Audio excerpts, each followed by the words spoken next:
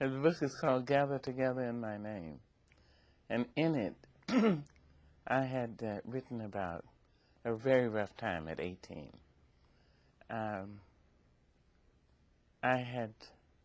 had Caged Bird, which was a national bestseller, and the first book of poetry, Cool Drink of Water, was nominated for the Pulitzer.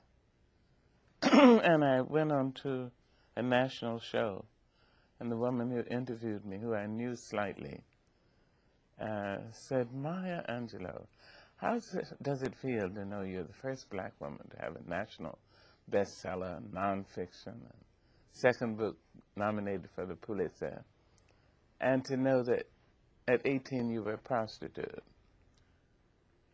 It was like a kick in the stomach. However, there is this.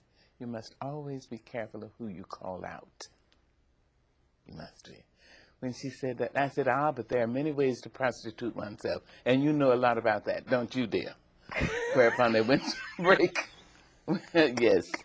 Whereupon her co-host came and concluded the interview.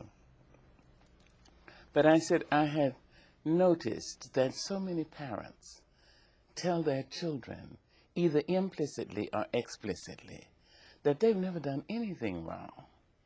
Oh my goodness, if I had done that, my daddy would have killed me. Oh no, I couldn't do that. That would hurt the family. So the young person thinks, oh my goodness, I must be the lowest thing in the world. Because not only do I do that, I want to do it. So I wrote the book, Gather Together in My Name, to tell young people who've been told that their parents have no skeletons in the closet. In fact, they have no closets. That I would admit where I've been.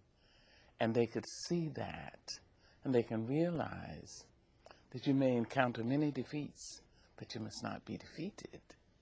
It may even be necessary to encounter the defeats so you can know who you are, how you can rely upon yourself, where you can pull yourself up from. So I had written the book just before I sent it off to the publisher. I called my mother, my brother, and my son. My husband had said, write it. I said, people will hate me. He said, write it. If it's true, a number of young black women and black men, and white men and white women, young Asian men, Spanish-speaking, have tried to reach an exit and found the doors not only locked, but no doorknobs on the doors. And they have done many things. It's important that you write it. So I called the family, and I said, there's this section you must know. If it's too painful, I'll take it out. But let me tell you why I want to write it. My mom, as soon as I finished this section, stood up and said, is it ready for the post office? I'll take it myself. And my brother, who is my heart, and said, you never have been a liar. I love you for it. But of course my heart was my son. He was 20.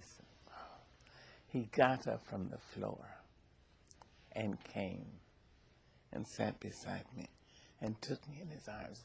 He said, you're great, Mother. You are great. Oh my goodness. Oh my goodness. That had to be an unbelievably magical moment. Magical, for you. absolutely. Yes. But on the book tour, I stopped in Cleveland, Ohio. When that book came out, department stores still had book departments in them.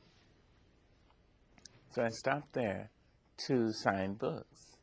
And I was signing, the line was long, and your name, and suddenly I looked, and there were two hands, black, with false fingernails, young hands. And I followed the hands up, and there was false hair, lots of it. And to a young face, about 18, false eyelashes. It was 10 o'clock in the morning. She's a young street prostitute. She leaned over. She had heard me on television. She leaned over. She said, "You give me hope." Now, if no one else said anything to me, ever, it's sufficient. Oh,